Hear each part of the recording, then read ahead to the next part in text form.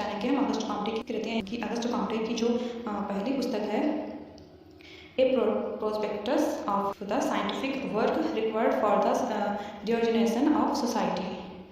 इसका जो प्रकाशन हुआ 1822 में। इसमें इन्होंने सामाजिक विकास और सामाजिक पुनर्निर्माण की योजना प्रस्तुत की है, यानी कि समाज का जो निर्माण होगा या विकास होगा वो किस आधार पर होगा, इसकी जो है रूपरेखा प्रस्तुत की है इस पुस्तक में। और फिर उनकी जो अगली पुस्तक है the course of positive philosophy, जो इनकी ये पुस्तक है the course of positive philosophy.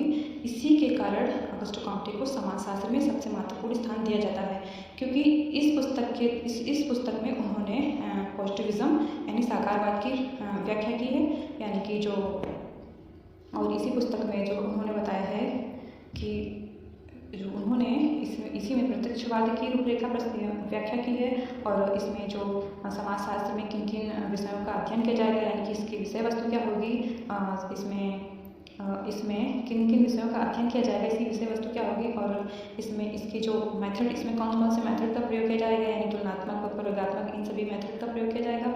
और इनमें जो है विज्ञान मानव चिंतन के 3 अवस्थाओं का वर्णन किया है, और इसी में विज्ञानों का वर्गीकरण और विज्ञानों का संतरण आदि इन पुस्तक में इन्होंने लिखा है।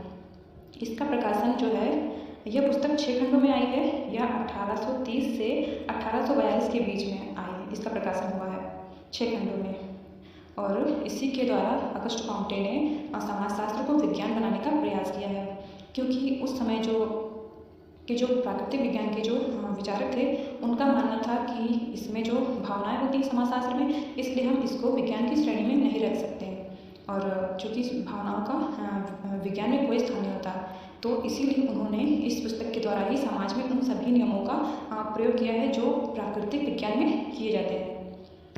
और फिर इनकी जो तीसरी पुस्तक है सिस्टम ऑफ पॉजिटिव पॉलिटी, तो इसके बारे में मैंने आगे बात की थी ना, जो क्लोटाइल डिवॉक्स नामक जो महिला थी, उसकी मृत्यु के बाद उन्होंने ये पुस्तक लिखी थी। इसमें उन्होंने अपने जीवन को मानवता के पुनर्निर्माण के लिए समर्पित कर दिया था, यानी इस पुस्तक में उन्होंने ऐसा कहा कि जो मानवता का धर्म ही सबसे बड़ा धर्म है, यानी यहाँ पे फीलिंग्स आ गई, यहाँ पे उन्होंने भावनाएं आ गई, यानी मानवता की बात कर दी। तो इस पुस्तक के बाद इनकी बहुत ज़्यादा आलोचनाएँ की गई कि क्योंकि जो साइंस है उसमें भावनाओं का कोई स्थान नहीं होता है, और इन्होंने मानवता की बात कर दी, और तो इनके बारे में बहुत ज़्यादा आलोचनाएं हुई। इस पुस्तक के बाद इनके बारे में ऐसा भी बोला जाता है कि जिसने समाजशास्त्र को विज्ञान बनाना चाहा, उसने ही सबसे कम भूमिका निभाई है समाजशास्त्र को विज्ञान बनाने में। और जे.एस. मिल ने ये भी कहा कि प्रत्यक्षवाद का जन्मदाता ही सबसे कम प्रत्यक्षवादी है, यानी उनकी जो दूसरी पुस्तक थी पॉजिटिव फिलॉसफी, उसमें उन्होंने प्रत्यक्षवाद की जो व्याख्या की थी, तो इसलिए इनको प्रत्यक्षवाद का जनक भी कहा जाता है। तो इसमें इन्होंने आलोचना करते हुए कहा है जे.एस. मिल ने कि प्रत्यक्षवाद का जन्मदाता ही सबसे कम प्रत्यक्षवादी है, और इन्होंने यहाँ पे मानवतावादी धर्म की बात कर दी, यहाँ पर फीलिंग्स आ गई, और जो है फीलिंग्स का साइंस में कोई स्थान नहीं होता, यानी कि जो 2 और 2 4 होते हैं, तो वो सभी पूरे विश्व में 2 और 2 4 ही होंगे, यानी 2 और 2 5 नहीं होंगे, यानी उसमें भावनाओं का कोई स्थान नहीं होता, वो पूरे विश्व में 2 और 2 4 ही होंगे। तो इस तरह से इनकी पुस्तक की बहुत ज़्यादा आलोचनाएँ हुई। इसका जो प्रकाशन है 1851 से 1854 के बीच 4 खंडों में हुआ। और फिर इनकी जो अगली पुस्तक है कैटेकिज्म ऑफ पॉजिटिविज्म, इसमें इन्होंने व्यक्तिगत जनतंत्र में जो है जनतंत्र के लिए के पक्षधर थे, यानी कि इनका ऐसा मानना था कि व्यक्तिगत स्वतंत्रता ही सामाजिक विकास के लिए व्यक्तिगत स्वतंत्रता आवश्यक है। व्यक्तिगत स्वतंत्रता होगी जिसके कारण समाज का विकास होगा।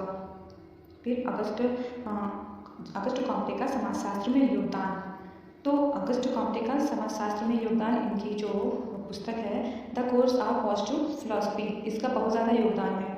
इसी में इन्होंने वैज्ञानिक तरीके से जो है इसकी सभी नियमों की व्याख्या की है। इसमें प्रत्यक्षवाद की भी व्याख्या की है। तो उन्होंने बताया कि जो घटनाएं होती समाज में, यानी कि प्रत्यक्ष रूप से अथवा वास्तविक तथ्यों के आधार पर अवलोकन, परीक्षण, निरीक्षण, वर्गीकरण पर आधारित वैज्ञानिक विधि द्वारा सामाजिक घटनाओं को समझना ही प्रत्यक्षवाद कहलाता है।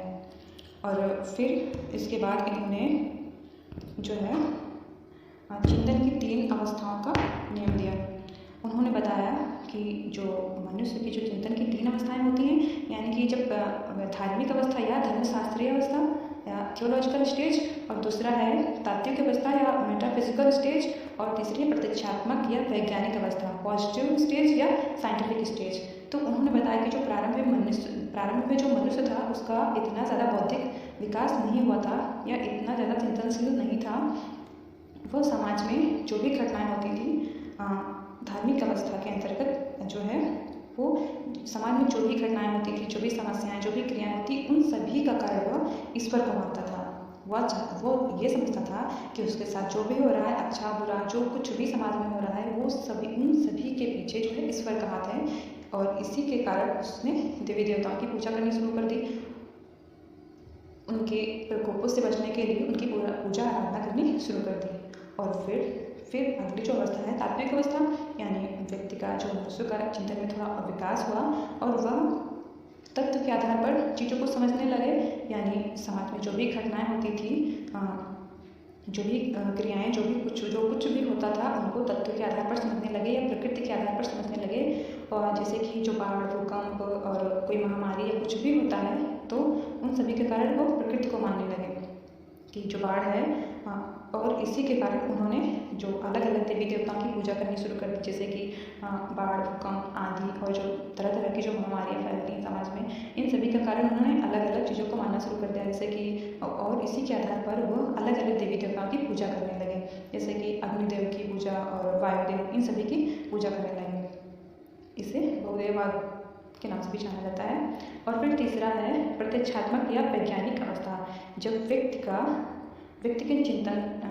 व्यक्ति के चिंतन में विकास हो रहा है, वो चिंतनशील हो रहा है, तो उसमें जो है वह चीज़ों को लॉजिकल तरीके से समझने लगा, लॉजिक के आधार पर समझने लगा या तर्क के आधार पर समझने लगा, कार्य कारण संबंध के आधार पर समझने लगा। यानी कि जो समाज में जो क्रियाएं, घटनाएं या फिर कोई महामारी है, जो कुछ भी घटित होता है, वह क्यों घटित होता है, उसके पीछे का क्या कारण है, वो कौन कौन सी दशाएं हैं जिनके कारण ये समाज में घटित हुआ। तो इन सभी का अध्ययन वह वैज्ञानिक तरीके से करने लगा कि अगर कोई घटना है तो वह क्यों हो रही है, या कोई महामारी है वो क्यों हो रही है, किस कारण हो रही है, कौन कौन सी दशाएं जिनके कारण ये सारी चीज़ें हो रही हैं, तो वह वैज्ञानिक तरीके से समझने लगा। तो इसी को प्रत्यक्षात्मक या बौद्धिक अवस्था के नाम से ऑगस्ट कॉम्टे ने बताया है।